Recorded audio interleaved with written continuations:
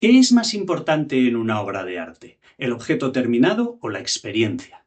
La performance llevó esta pregunta hasta sus últimas consecuencias. En este vídeo voy a hablarte del arte de acción y de Marina Abramović, probablemente la artista de performance más conocida del mundo. Y en el próximo veremos cómo una mujer sentada en silencio consiguió emocionar a miles de personas.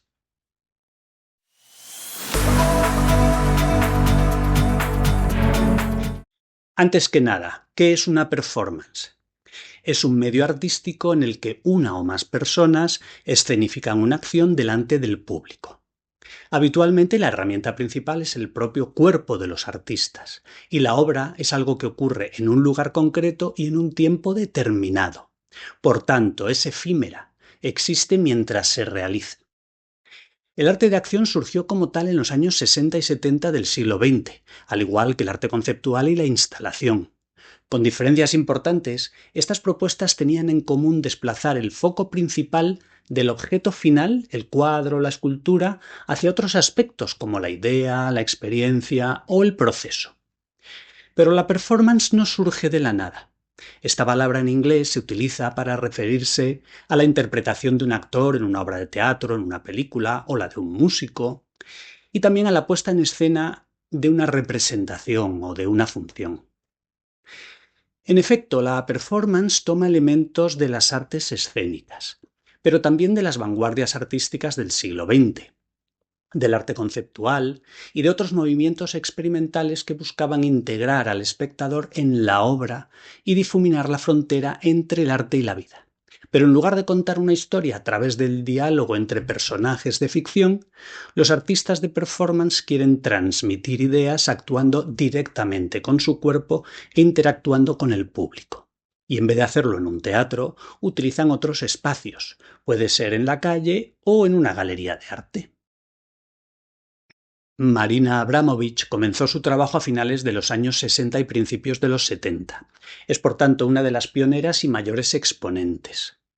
Casi siempre ha tratado de experimentar con los límites físicos de su propio cuerpo y con los límites emocionales y morales del público. En sus obras padece dolor, cansancio, alteración de la conciencia. También se producen situaciones de vulnerabilidad, miedo o incluso violencia. A veces se ha puesto en situaciones muy exigentes e incluso peligrosas. Por ejemplo, cuando puso una mano sobre el suelo y fue clavando un cuchillo entre sus dedos lo más deprisa que podía. Cada vez que se cortaba, cambiaba de cuchillo. O cuando se tumbó dentro de una estructura en forma de estrella, llena de virutas de madera empapadas en petróleo, ardiendo. Ella explica que no era consciente de que el petróleo, al quemarse, consume el oxígeno alrededor. Llegó a perder el conocimiento y nadie se dio cuenta. En otra ocasión tomó medicamentos para tratar la esquizofrenia y la catatonia aguda. En determinado momento comenzó a contraerse y a perder el control de su cuerpo.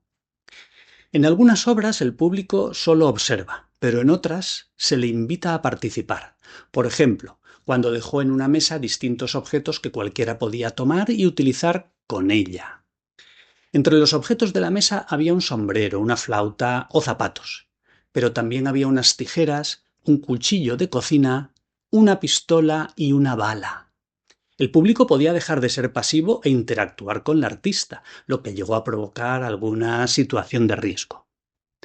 En estas obras el cuerpo se lleva al límite para investigar la voluntad, el comportamiento, la relación con el público. En otras, en cambio, ha hecho hincapié en la presencia, el silencio, la mirada y la duración, para conseguir una sensación de parar el tiempo, de lentitud, de concentración y de conexión emocional. En todo caso, casi siempre hay algo de experimento psicológico. En el fondo la pregunta es muy simple.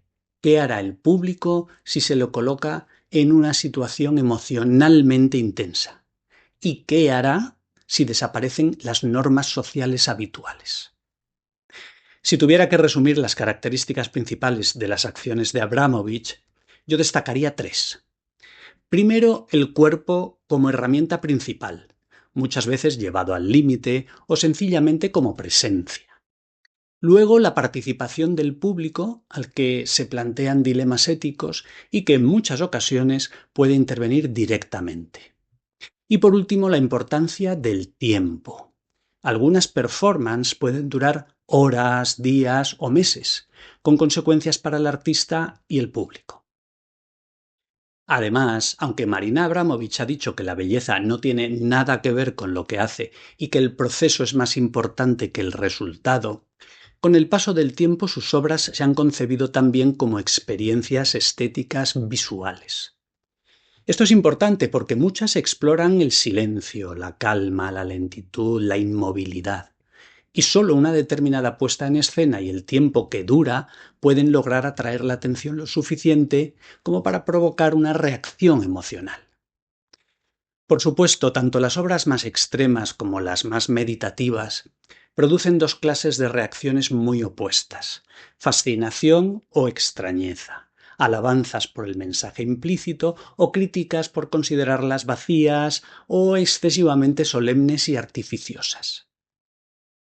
Así que, tomando como ejemplo las obras de Marina Abramovich, puedo señalarte algunas conclusiones acerca del arte de acción.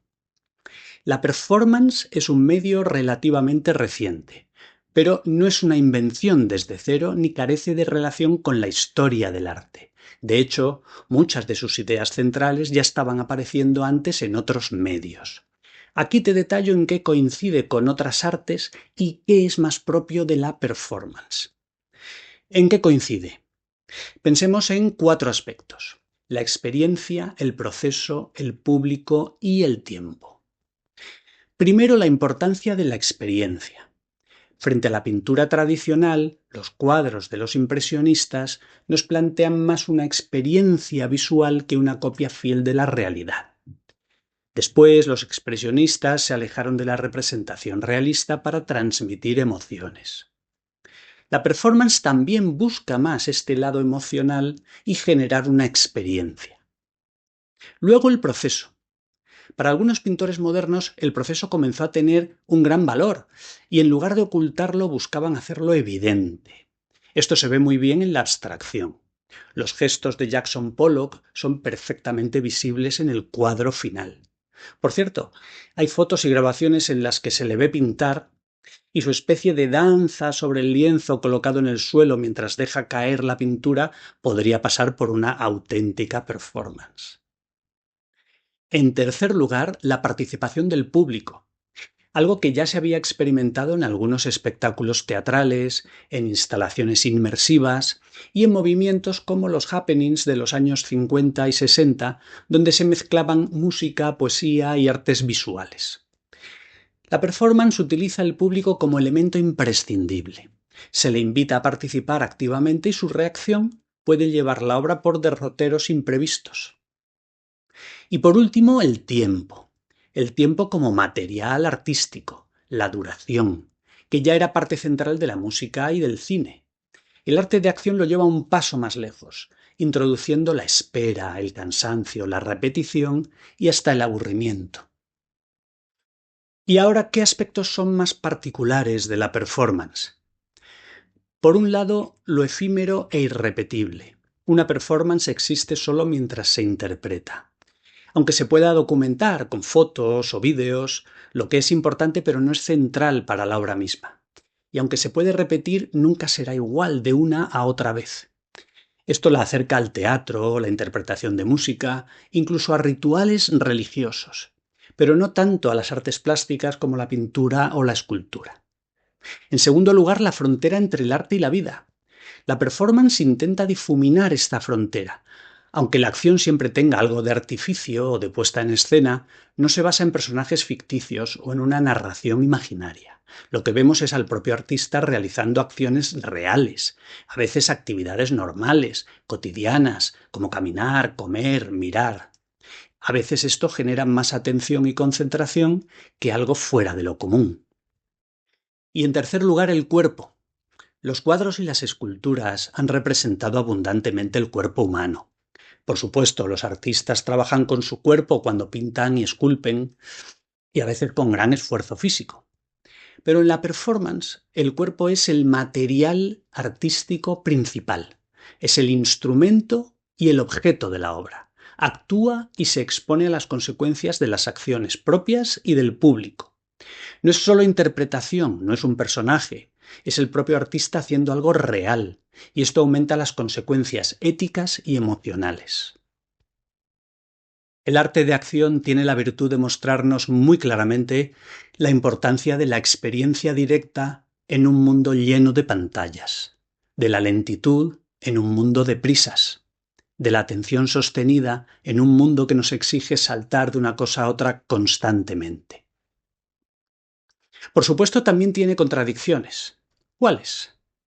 Surgió como ruptura con el arte tradicional, pero utiliza sus mismas instituciones como plataforma, el museo, la galería.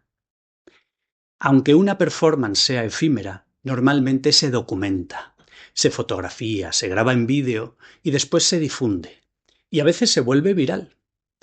Este tipo de arte pretende muchas veces ser una crítica al mercado y a la sociedad de consumo, pero se vende y se integra en los canales económicos del arte contemporáneo. Y aunque se supone que es una forma de arte directa e inmediata, algunas obras no se entienden sin un discurso que las acompañe, un texto, sin la explicación del artista o de un especialista.